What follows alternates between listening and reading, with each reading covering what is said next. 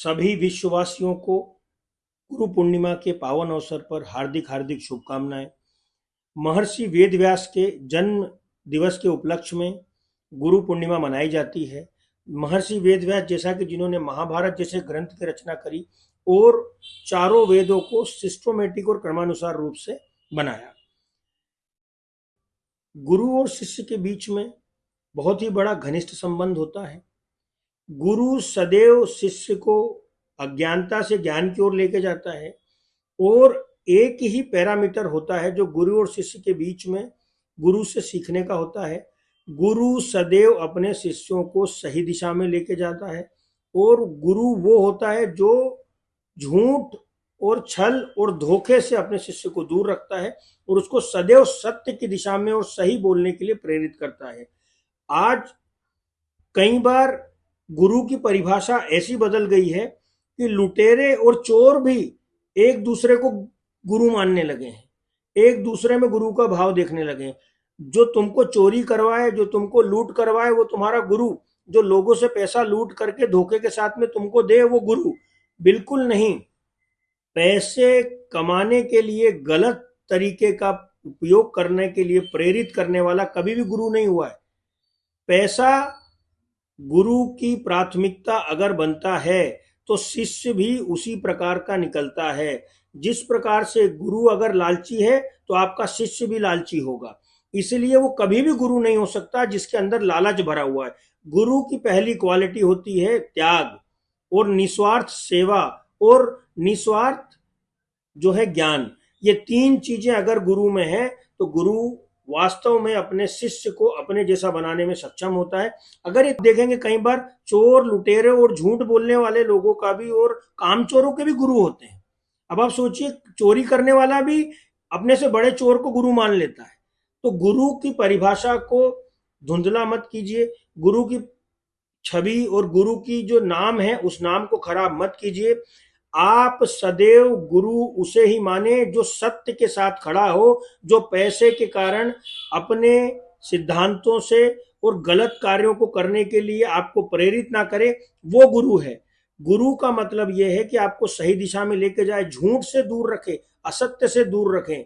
कई बार देखने में आता है कि लोग बाग लुटेरे, डकैतों और चोरों को भी अपना गुरु मानने लगे हैं और ऐसे ऐसे गुरु मानते हैं लोगों को जो खुद गुरु अपने शिष्य को झूठ बोलने के लिए, झूठ लिखने के लिए और झूठ तरीके का पालन करने के लिए प्रेरित करता है। वो कभी भी गुरु नहीं होता है जो इस प्रकार की चीजें करता है। वो एक स्वार्थी व्यक्ति होता है जिसका स्वार्थ कुछ धन के लिए निहित होता है। दो भाव गुरु और शिष्य में होना आवश्यक है, एक तो सेवा का और दूसरा त्याग का। गुरु और शिष्य में गुलामी का भाव नहीं होना चाहिए कि मजबूरी में पैसे के कारण शिष्य जो है आपकी गुलामी करे जा रहा है, झूठ बोले जा रहा है, झूठ लिखे जा रहा है। दूसरा त्याग का भाव होना चाहिए। हमेशा गुरु अगर सही दिशा में अपने शिष्य को लेकर के जा रहा है, उसके लिए आपको बिना धन के, बिना परिश्रम कार्य करना पड़े, तो यह त्याग की भावना शिष्य में होना चाहिए। तभी गुरु और शिष्य का संबंध सर्वोच्च शिखर पर पहुंचता है और वही सच में अपने गुरु के लिए एक बहुत बड़ा शिष्य साबित होता है। साथ में एक चीज और आप ध्यान रखें कि गुरु बोल देने मात्र से नहीं होता है और गुरु का भी बहुत बड़ा दायित्व होता है अपने शिष्य को सही दिशा में लेकर के जाना। माता पिता के बाद सबसे बड़े गुरु, गुरु की कई परिभाषा है। माता पिता जन्म देने से लेकर के पालने तक माता पिता गुरु होते हैं।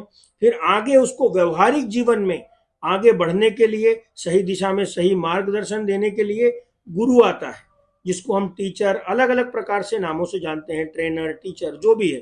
तो गुरु का एक अपना एक व्यापक मार्ग होता है जो मार्ग उसके शिष्य को प्रगति की ओर लेकर के जाता है। प्रगति का मतलब होता है अच्छे कार्यों को करते हुए लोगों का भला करना, प्रगति करना कहलाता है। न कि चोरी करके अपना जेबें भरना और अपने घर को पालन पोषण करने के लिए चोरी करना, ये गुरु और शिष्य की भक्ति का मार्ग नहीं है। तो कृपया करके सभी लोगों से मेरा निवेदन है, जिनके गुरु जीवित हैं और जिनके गुरु नहीं भी हैं, अगर आपके गुरु ने आपको सही और सत्य का मार्ग दिखाया है तो आप भी उस सत्य और सही के मार्ग में चलें। झूठ, चोरी, कामचोरी और गुलामी ये तीनों चीजों से दूर रहें। गुरु और शिष्य के बीच में सेवा और त्याग का भाव होना चाहिए। सेवा गुलामी का रूप नहीं लेना चाहिए और त्याग लालच का रूप नहीं लेना चाहिए। ये दो चीजें ही हैं जो आपको एक सच्चा शिष्य और एक सच्चे गुरु के बीच में संबंध को मधुर बनाने में और दोनों के प्रति इस संबंध को दिखाने में काम आएगी। और ये दो चीजें ही ऐसी हैं जो हमें गुरु और शिष्य और हमारी भारतीय संस्कृति की जो गुरु शिष्य की परंपरा है उसको जीवित रखने में मदद करेगी। अगर आप मजबूरी में तो पैसे के कारण किसी की गुलामी कर रहे हैं तो वो कभी गुरु नहीं हुआ। वो गुरु नहीं है, पैसा गुरु है। और उस पैसे को आपने गुरु बनाया है, उस गुरु को गुरु नहीं बनाया है। आपको तो पैसा चाहिए इसलिए उस व्यक्ति की गुलामी करके उसको गुरु मान रहे हो। दूसरी बड़ी चीज, आप में त्याग का भाव होना चाहिए। आप लालची नहीं होना चाहिए। अगर आप लालची हैं, आपके अंदर पैसे कमाने का लालच भरा है, तो आप उसको ही पकड़ेंगे जो आपको कैसे तैसे, झूठ हो चाहे सही हो, पैसे कमवा दे। तो पैसे कमाने के लिए अगर आप किसी को गुरु बना रहे हैं, लालच जो आपका गुरु में है, तो आप बिल्कुल न तो शिष्य हैं और न ही वो गुरु है जो आपको पैसे कमाने के लिए झूठे तरीके से, गलत तरीके से प्रेरित कर रहा है। तो गुरु और शिष्य के बीच दो सबसे बड़ी भावनाएं हैं, वो है सेवा और त्याग की। अगर ये दोनों चीज गुरु और शिष्य के मध्य नहीं है तो वो गुरु और शिष्य नहीं है, वो एक दूसरे की जरूरतों को पूरा करने के लिए झूठ के माध्यम से पैसा कमाने का एक माध्यम है, इसके अलावा कुछ भी नहीं है।